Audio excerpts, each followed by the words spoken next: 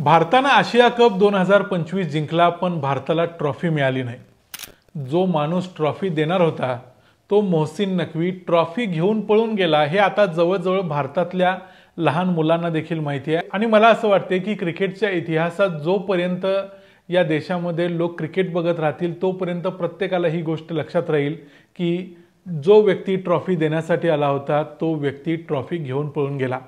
आता मोहसिन नकवीनं क्रिकबजनं दिलेल्या एका रिपोर्टनुसार असं सांगितलं की मी ट्रॉफी द्यायला तयार आहे, पण माझी एक अट आहे।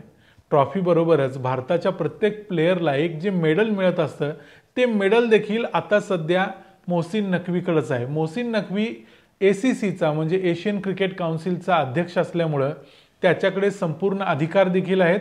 आणि असं सांगितलं जातंय की ट्रॉफी तर त्यानं आपल्या पर्सनल पोझिशनमध्ये म्हणजे अगदी आपल्या रूममध्ये ठेवलेली होती। अशा पद्धतीचा आरोप भारताचे BCCIचे सेक्रेटरी देवजीत सैकिया यांनी केला होता। नक्की आता या मोहसिन नकवीची ट्रॉफी देण्यासाठीची अट काय आहे आणि खरोखर भारत अशी कुठली अट मान्य करेल काय, याबद्दल या व्हिडिओमध्ये बोलूया। मी आहे रणजित यादव आणि तुम्ही पाहताय द मराठी बाणा। BCCIचे सेक्रेटरी देवजीत सैकिया यांनी सांगितलं होतं की मोहसिन नकवीला भारताची ट्रॉफी भारताला परत द्यावीच लागेल, पण मोहसिन नकवीनी आता सांगितलंय की भारताला मी अशा पद्धतीची ट्रॉफी द्यायला तयार आहे, पण त्यासाठी एक प्रॉपर फंक्शन परत एकदा झालं पाहिजे आणि या होणाऱ्या फंक्शनमध्ये मी माझ्या हातांनीच भारताच्या सर्व खेळाडूंना मेडल देईन आणि भारताच्या कॅप्टनला सूर्यकुमार यादवला मी ट्रॉफी देखील देईन। पण यासाठी एखादं फंक्शन अरेंज केलं पाहिजे आणि त्या अरेंज केलेल्या फंक्शनमध्येच मी हे करेन। मी अशा पद्धतीनं कुठलीही ट्रॉफी पाठवायची व्यवस्था करणार नाही आणि ते ACCचे अध्यक्ष या नात्याने या ठिकाणी बोलत होते, असं क्रिकबजनं रिपोर्ट केलंय। त्यानंतर दुसरी एक गोष्ट की आज ACCची एक बैठक झाली, एशियन क्रिकेट काउन्सिल। या बैठकीमध्ये BCCIचे प्रतिनिधी म्हणून राजीव शुक्ला उपस्थित होते, त्याचबरोबर आशिष शेलार देखील उपस्थित होते। हे दोघे देखील तिथं उपस्थित असताना आशिष शेलार हे मध्येच या मीटिंगमधून उठून गेले, त्यांनी वॉकआउट केला। त्यांनी एक प्रकारे ACCला फोर्स केलं की ACCनं या विजयासाठी मोहसिन नकवींनी पर्सनली भारताला कॉंग्रॅच्युलेट अजूनपर्यंत केलेलं नाही आणि असं समजतंय की आता मोहसिन नकवींनी भारताला कॉंग्रॅच्युलेशन्स असं म्हणले, अर्थात कॉंग्रॅच्युलेशन्स म्हण असं देखील सांगावं लागतं। अशा लेवलला क्रिकेट आता गेलेला आहे।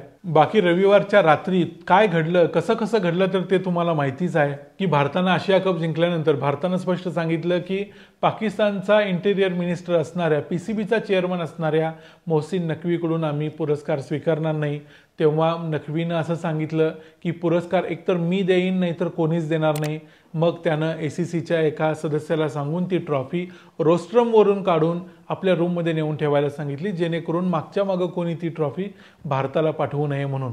त्यामुळं आतापर्यंत ती ट्रॉफी ACCकडेच आहे आणि कदाचित ती मोहसिन नकवीकडेच दुबईमध्येच ठेवलेली आहे। भारतानं सांगितलं होतं की ECBच्या एखाद्या सदस्याकडून म्हणजे एमिरेट्स क्रिकेट काउन्सिलच्या एखाद्या सदस्याकडून जसं की खालिद झरुनी यांच्याकडून आम्ही ट्रॉफी स्वीकारायला तयार आहोत, पण नकवी म्हणाले की ट्रॉफी मीच देईन नाहीतर कोणीच देणार नाही। त्यामुळं भारत आता नकवींची ही अट मान्य करेल असं आम्हाला तरी वाटत नाही। तुम्हाला या विषयावर काय वाटतं? भारत खरोखर अशा प्रकारच्या एखाद्या फंक्शनला तयार होईल? भारताला एखाद्या ट्रॉफीनं फरक पडतो? भारताला आणि जगाला माहिती आहे की भारतानं एशिया कप जिंकलेला आहे, त्या पद्धतीचं रेकॉर्ड सगळ्या इंटरनॅशनल मीडियामध्ये उपलब्ध आहे। आता भारताला ट्रॉफी असली काय नसली काय काहीच फरक पडत नाही। भारतानं विजय साजरा केलेला आहे, सगळं काही होऊन गेलेलं आहे। फक्त एक ट्रॉफी जी एक सन्मान चिन्ह असतं तेवढीच मिळायची बाकी आहे आणि तेवढ्यासाठी भारत अशा प्रकारचं कॉम्प्रोमाइज करेल असं आम्हाला वाटत नाही। या विषयावर तुम्हाला काय वाटतं? भारत या नकवींची ही अट मान्य करेल काय? नकवींचे नखरे आणखी किती दिवस चालतील माहिती नाही। दुसरी एक गोष्ट अशी समजते की शाहिद आफ्रिदी आता थोडासा चिडलेला आहे, पाकिस्तान क्रिकेट बोर्डावर त्यानं राग धरलेला आहे। तो आता म्हणतो की मोहसिन नकवींनी एकतर गृहमंत्री पदाचा राजीनामा द्यावा किंवा PCBच्या चेअरमन असण्याचा राजीनामा द्यावा, दोन्ही महत्त्वाची पदं त्यांना सांभाळता येत नाहीयेत। त्यामुळे नकवींचं पुढं काय होणार? नकवींचे नखरे चालणार काय? नकवींचे आसिम मुनीर बरोबर असलेले पर्सनल नातं, त्यांचं जे रिलेशन आहे त्या जीवावर नकवी अजून किती दिवस मंत्रिमंडळात राहणार?